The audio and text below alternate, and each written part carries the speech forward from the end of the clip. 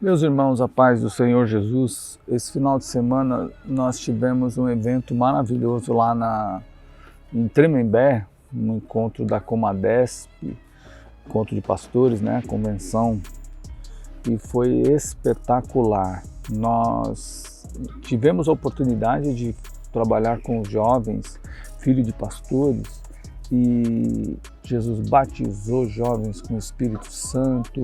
Além disso, nós tivemos a oportunidade também de congregar aqui no templo, e foi uma coisa espetacular, porque compartilhamos com os irmãos a bênção de Deus e ouvimos uma pregação muito boa, enriquecedora, pelo pastor Valmor Santana, meu primo, que nos alegrou bastante com a mensagem. Nós estamos no mês dos jovens aqui na igreja, os jovens estão fazendo bastante trabalho, né? E isso tem sido muito bom, edificante. A juventude, ela tem um trabalho diferenciado, né? Ela faz um trabalho diferente e isso é muito bom. E hoje, nesta segunda-feira, eu saí para pedalar, né? E novamente parei aqui nesse parque da barragem, localizado próximo do Socorro, do Largo do Socorro, em São Paulo. E estou compartilhando com vocês um pouquinho daquilo que nós temos presenciado nesses dias. Na meditação desta manhã, eu quero citar o texto de Eclesiastes capítulo 10, capítulo 11, versículo 9, que diz assim: Alegra-te, jovem, na tua mocidade, recreia o teu coração nos dias da tua mocidade.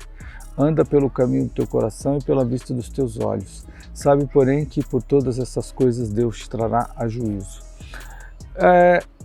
O jovem cristão, ele passa por muitas dificuldades, né? Ele sofre bastante. Primeiro porque existe uma geração, uma multidão de gente que está ao redor, né? Cercado. E essas pessoas, muitas delas estão virtualmente, né? Assediando, contatos virtuais e tudo mais. E essa multidão de pessoas chama o jovem para dois caminhos. Primeiro, hoje, né, atualmente, primeiro o caminho do isolamento, né, do celular. Então, fazem amizades por meio de redes sociais, seguem pessoas de diferentes países e acabam dialogando, interagindo com essas pessoas apenas virtualmente. E os contatos, a amizade, as coisas, as pessoas, a proximidade, as ações, elas acabam desaparecendo. Bom, consequentemente, uma vez que o jovem entra por esse caminho, ele vai para o segundo, que é o do isolamento e da solidão, né? Acaba não tendo amigos presenciais, pessoas físicas com quem você pode compartilhar, ir ao parque e etc. E tem sido constante o número de jovens sofrendo de solidão e tudo mais, tem sido uma constante e que precisa de atenção das pessoas, né, daqueles que estão ao seu redor. Bom, pensando nisso, eu trago aqui uma meditação, né, uma meditação em voz alta sobre o que a gente precisa fazer para que isso não aconteça, para que o jovem não se isole dessa forma e não tenha não viva só, né, mas interaja com a sociedade, com a comunidade ao seu redor, principalmente na igreja. Bom, temos que recorrer ao sábio Salomão, né? Alegra-te, jovem, e anda pela vista dos teus olhos. Bom, Salomão nos chama atenção para o se alegrar, para o andar, né? E pela vista, a vista dos olhos não está só atrelado àquelas coisas prazerosas que a gente vê, mas também atrelado às questões de compreensão, de entendimento, né? Aquilo que a gente compreende. Poxa, um relacionamento virtual, vamos pensar, um relacionamento virtual, ele nos limita, obviamente, as pessoas estão do outro lado, a gente não pode compartilhar junto, a gente precisa de proximidade. Então a gente tem que entender isso precisa estar na nossa compreensão, de que precisa alcançar a nossa compreensão que uma relação virtualmente falando, uma relação virtual, ela será até interessante, a gente conhece pessoas de outros lugares, culturas e tudo mais, mas essa relação ela nos faz só, A gente precisa de alguém junto, por exemplo, para compartilhar uma ideia, para fazer uma lição, né, escolar, uma atividade, um aniversário, enfim, a gente precisa disso. A gente precisa desse calor, dessa proximidade. E isso precisa ser entendido, é necessário que a gente entenda isso. Né? Andar pelas vistas, ande pela vista, né? Pelo caminho do teu coração e pela vista dos seus olhos, significa que você compreende, você viu, você olhou, você observou. Esse caminho vai para onde? Me leva aonde? Me traz o quê? Quais serão as consequências se eu trilhar esse caminho?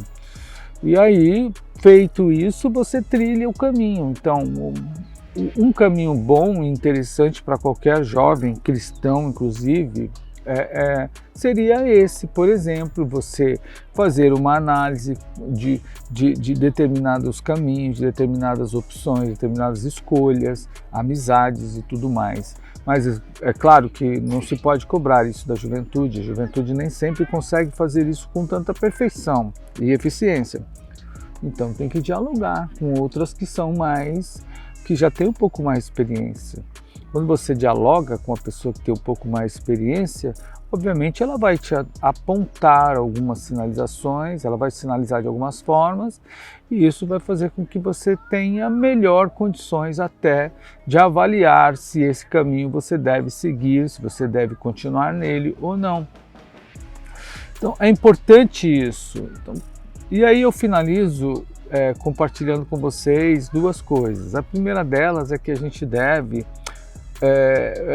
buscar entender o sentido dessa relação, desse caminho, desse contato, dessas pessoas com quem eu estou me envolvendo.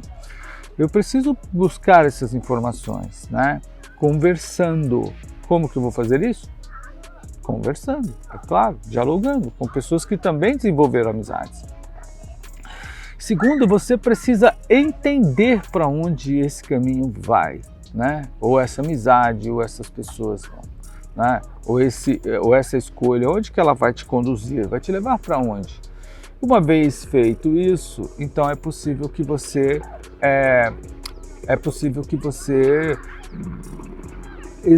reavalie se vale a pena. Uma vez que você reavaliou se vale a pena, então não tenho dúvidas de que você poderá conscientemente seguir ou mudar. Bom, para mudar, às vezes você já está interagindo com algumas amizades que não são tão boas assim, e mudar, você pode se abrir-se, por exemplo, para o relacionamento com pessoas dentro da própria igreja, a igreja onde a gente congrega. Tem muitas pessoas boas, e as pessoas têm coisas boas para nos oferecer no sentido de amizade, e que vão nos construir coisas boas que nos construíram, que nos ajudam, que vão nos ajudar a construir um caminho melhor. Então, abra-se para isso, para os novos amigos dentro da própria igreja, para as interações que a igreja faz, não é? para as atividades proporcionadas pela igreja. Essas coisas com certeza são edificantes para todos nós, tá certo? Feito isso, a Bíblia diz: alegra-te.